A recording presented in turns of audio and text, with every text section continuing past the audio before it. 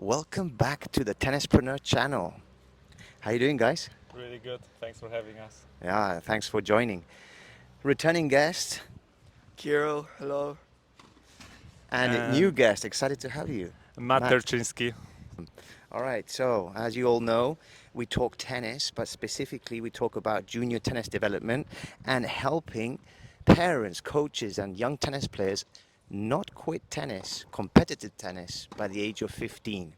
So, Matt, can you give us a little bit about your tennis, your history, and what are you doing here in Marbella right now? Yeah, definitely. So I'm 29 years old. So I've been playing on the junior tour, on the ITF Futures tour, some challenger tournaments, and since 6 years I'm working with Hubert Hurkacz. Amazing. First as a hitting partner, which was for 2.5 years, and that transitioned kind of to a job of as assistant coach, second coach. So I've been doing that with him for a while, and yeah, it's been a really interesting journey. Being a player and now at such a young age, like going to the coaching world at such a high level. So yeah. That's amazing. You're assistant coach? Yes. Who's head coach right now for Hubi? Right now, Nico Masu is the head Okay. coach. When I started, it was Craig Boyton Okay. from USA. Mm-hmm. And also it's been a great privilege because Ivan Lendl is working with us as a consultant. So I'm really grateful to have the For sure. occasion to. Okay, so let's see. Few questions. By the way, I saw yesterday on Instagram that you did an interview, a podcast. I think it was with Functional Tennis, was it? Yes. And I absolutely loved what you spoke about. Okay, and I Right. think we're going to touch on that. Okay, Sure, and we got yeah. Kirill here who's starting to play ETAs and the ITF. So it's great. You were an ITF player. I think you got Yes. to top 150 in the Yes. world. Yes. Also, I played on the Tennis Europe tour. So yeah, I Yeah, can so share some experiences. Yeah, I Also, also play tennis Europe. So yeah. obviously, like a bit of a change to ITF, but then Yeah. yeah, So you mentioned in your interview with Functional Tennis that we can all train and practice very well, right? Yeah. And then when we play practice matches, we're pretty good also. But when the moment comes of tournaments and stress, pressure situations, it's like a different sport, right? And you mentioned that you try to focus on training sessions, being very specific to what happens at tournaments, Yeah. right? Trying to Yeah. replicate, and it's hard. Right? Correct. Can you go into that into more detail, please? Yes, because like you mentioned, practicing, you can practice really well, really hard, which is great because I mean you have to give your best. But then once you come to the tournament, there's a completely different vibe, completely different situation. It's not like when you have a practice match, for example, during a practice week at home.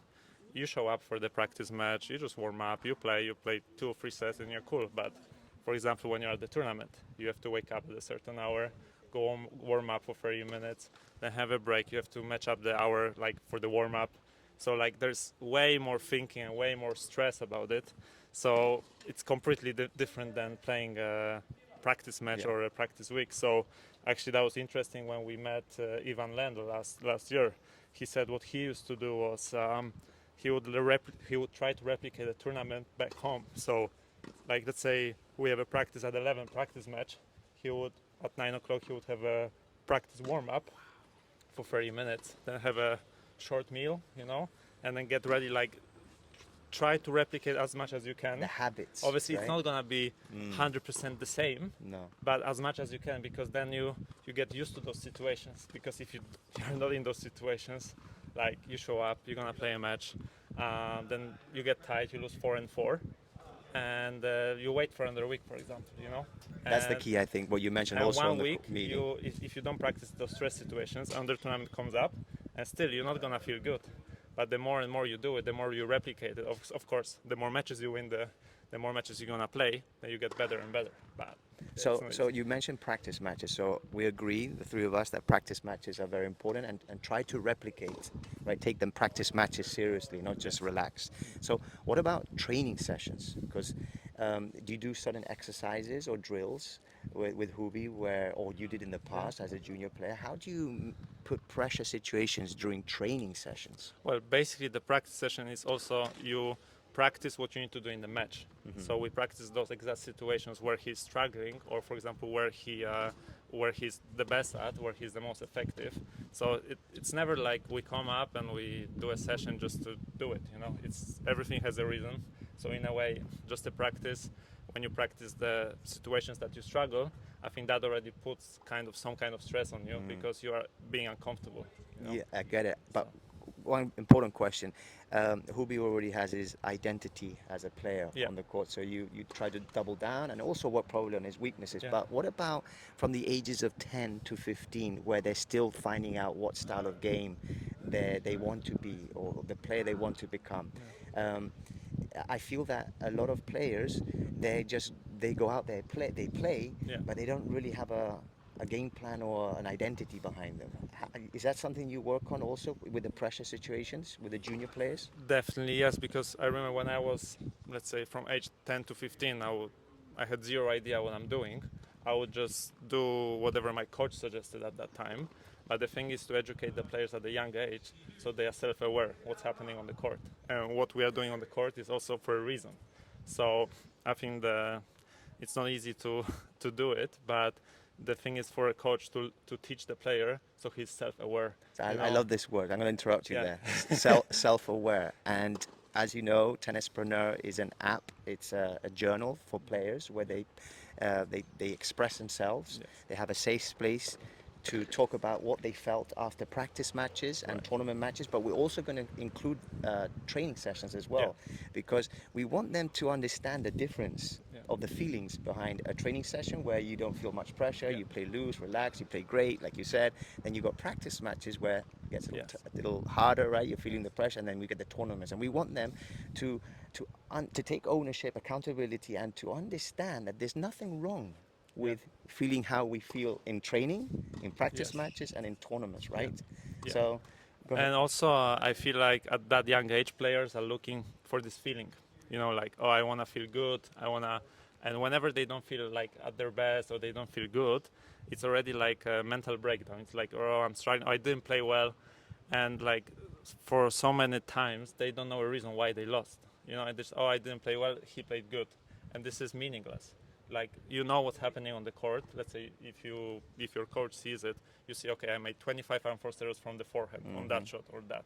So what happens if the coach wasn't? Well, as we know, very few coaches are able to watch all this. So the so journaling that helps, was actually right? my situation. I've traveled the young ages. I travel alone for most of the time. So I think, like, obviously in the beginning you don't know that, but the older you are, you have to like you said, journaling. You have to like note everything down as much as you can see, because of course on the court you have emotions. You don't see everything like from the side. But the more journaling you will do, and then the more, let's say, then after you can consult it with your coach, then you are more able to, let's say, when you finish the tournament and you have a week off before the next match, you can actually every day can be productive instead of just like, you know, oh, I lost, he played better, you know, it's meaningless and you lose another week basically. Exactly. So you could help players remotely by interpreting all their journals, right? Yes. So if you had a dashboard and you could see your players and their comments and what went well, what didn't go well, you could help them. And then when they come back to your training block, it'd be helpful for you to see all that information, right? That would be way more productive than without it. Obviously, the ideal situation is when the coach is there all the time, but you know the reality of the tennis world is that that's not going to happen at all times. So with your method, your idea, it's way easier to be productive and just like use every day as much as you can instead of, you know,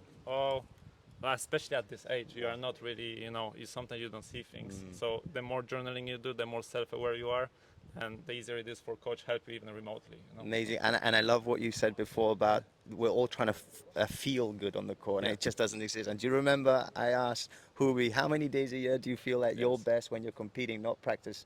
And what did he say? Do you remember? Yeah, I mean, it's 2 or 3 times a year, which is completely, you know, like, but I think the difference in junior tennis and the men's tennis, that in men's or in women's also, it's like they already know it and they accept it, that this is the situation. But in juniors, they keep looking for this feeling, you know, like, oh, I want to feel the ball, well, I want to like play a certain way, and if they don't, then there's a panic mode, you know.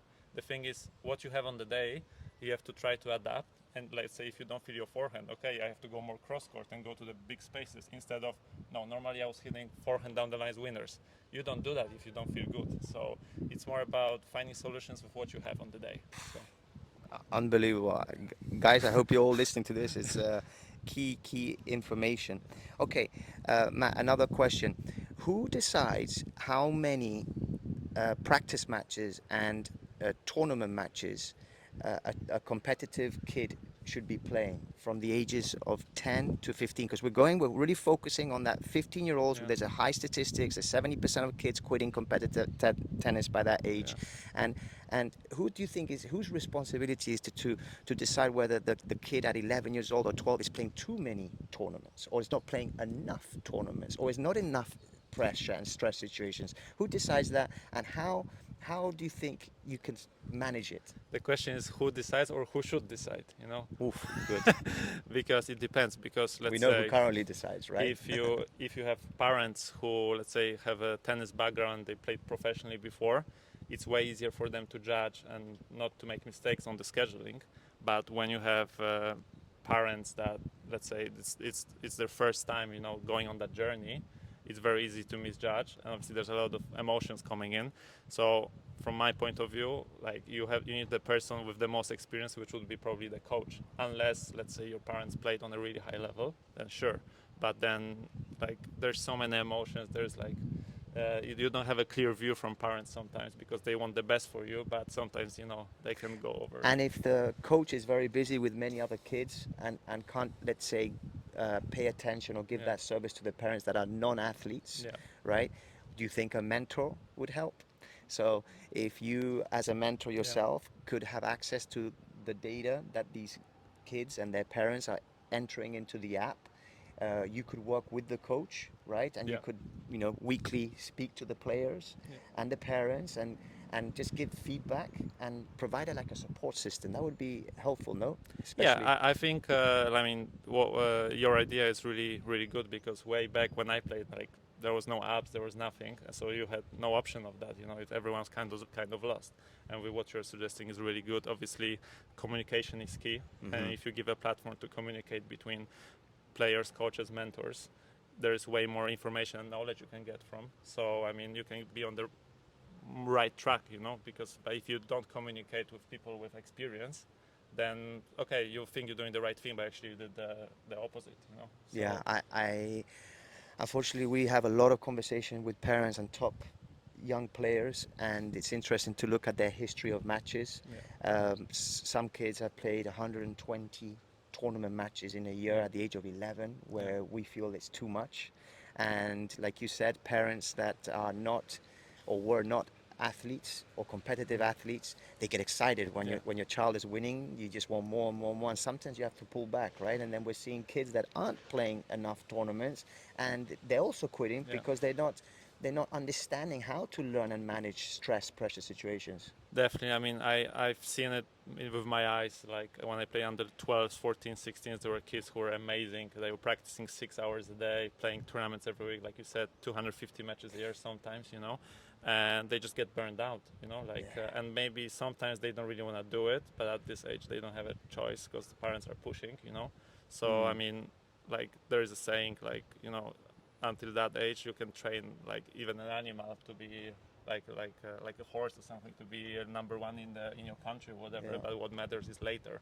It's like you have to have a big picture, the timeline, right? Because if you're just gonna focus like under 12s, 14s, you know, and you're just gonna, I mean, the kid needs to have a life also, you know, like, you know, to have friends, you know, like enjoy their time. Sure. Ask them how you feel, you know.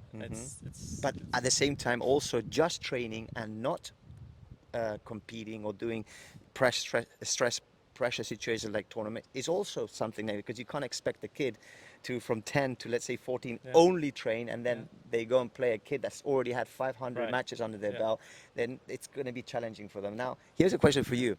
Were you born an individual sports person, athlete, or were you more of a team player? No, I was always individual. I was always like looking for my own ways, you know. I was really like focused on myself, and I think in tennis it's really important also to be little bit egoistic, you know, Okay. like to have your ego because, you know what I mean, to be selfish, really, Selfish, yeah. because You're on your own, right? you're on your own. Mm. You have to deal with all the like difficult situations on your own, and yeah, I mean that's. Can you? My opinion is that I say 98% of kids aren't really built to be an individual athlete. In my opinion, I feel that the majority of the kids out there, they like the social Yeah. interaction, the team sports. Can you, if a kid that is a team player but wants to be an individual athlete, Yeah. like a tennis player, can you make them an individual? Can you improve that side of the? You believe? I think so. I mean, to a certain point, you know, Okay. because obviously you need to have a balance with it, but also you need to give problems to the kids to solve them themselves, you know. Because if you're just gonna, I'm not saying to be, you know, bullying, but I'm saying like to have like little problems so they can solve them themselves, not with a teammate, not with a friend, you know. And it's going to be difficult for them emotionally, but in the long term, they're gonna be like more responsible. They're gonna be more independent, and I feel, I mean, tennis, the whole discipline gives you like when you play tennis for your whole life, you're an independent person. You are. It's easy for you to deal with difficult situations later right. on when you're an adult. So tennis gives you so much. That's then- why we're called tennispreneur. Exactly, You're a yeah. solo entrepreneur out there, Yeah. right? And you're the real tennispreneur. He's done it all with tennis, and now he's sharing Yeah. all your knowledge and your experience with top players. It's amazing. Okay, question time. Let's ask Kirill. Let's ask Matt a question. What's like the main difference between junior circuit, like transitioning to the ATP circuit? Well, I feel especially when I switched myself to the senior circuit. The difference was that I could have some easy matches in juniors. Let's say I could win 2-2. Maybe sometimes the opponent as a junior was like he didn't feel it this way. Was complaining like and then I started playing futures.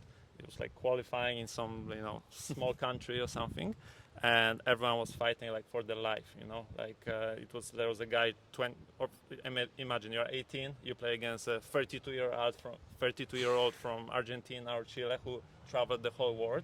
They're not gonna give up, they're gonna fight, they're gonna scream in your face, sometimes cheat, and it's not easy to deal with it in the beginning because it's like you really have to have a strong character and you have to be able to adapt and find solutions because that's how it looks like. Yeah. In the beginning it's kind of a jungle, it's not like you have a ref, you have to fight yourself and yeah. Amazing. Yeah. Kirill, you're thinking about going college tennis, or you want to go the direct route to pro? And what are your thoughts? And let's ask Matt also on his opinion. Yeah, for sure. So first, I think of going college tennis, like to a good uni, and then transitioning to pro. And what do you think about like this route? I think when I was young, let's say back in Poland, everyone was kind of saying, if you go to college, you are done with tennis. And I had this idea when I was really young, and I had so many good offers as a junior to go to really good schools. But I thought if I do it, I don't have a chance in pro tennis. Same as my generation. Which, let's say, I could say I regret it now, but I didn't have the knowledge. But now, after seeing how the whole system looks like, I think this is one of the best routes you can go, because especially, let's say, when you are not as developed yet, for example, at the age of 18 or 19, you don't win a challenger tournament yet, ATP challenger tournament, then it's a great way to go and develop, that you have so many matches a year, you don't have to worry about the finances most of the time. And emotionally too, right? You turn into a man. Yeah, like you go away abroad, Yeah. you are on your own, so you grow as a man, Yeah. you are more independent, and yeah, I think it's one of the best ways right now, and especially there's so many good facilities and coaches there, and also you really have to practice there. You practice stress situations because you have matches every 2-3 days. And yeah, the pressure is high there. And you're playing for your scholarship, right? Exactly, So you have to. exactly. So I think it's one of the best ways right now. And if I had to do it all over again myself, I would definitely go to college and keep developing there. Yeah. Amazing. Matt, look, where can parents, players, coaches find you? Like, if they wanted to contact you and get some mentorship, yeah, where do you have your social media? Yeah, I have social media on Instagram. I also have LinkedIn, and also I have the global professional tennis coaching. There is a platform from ATP where you have the certificates. So there's my emails and contact details there. And yeah, basically I'm happy to help anyone, because I know when you are at this age and sometimes parents have no knowledge, it's not easy to make the right decisions, and some decisions are really important, like if you're gonna go this way or that way. So I think it's key to speak with people who already been through that, and so you can make the best choices for your kids, you know. I think it's very important to have mentorship, and I think you're a great mentor. So Thank we're you. gonna add your information in the link below, okay? And yeah, if you enjoyed this podcast, please make sure to like and subscribe, and see you on the next episode. Thank you, guys. Thank you. Bye bye. Thank you. Bye. Thanks.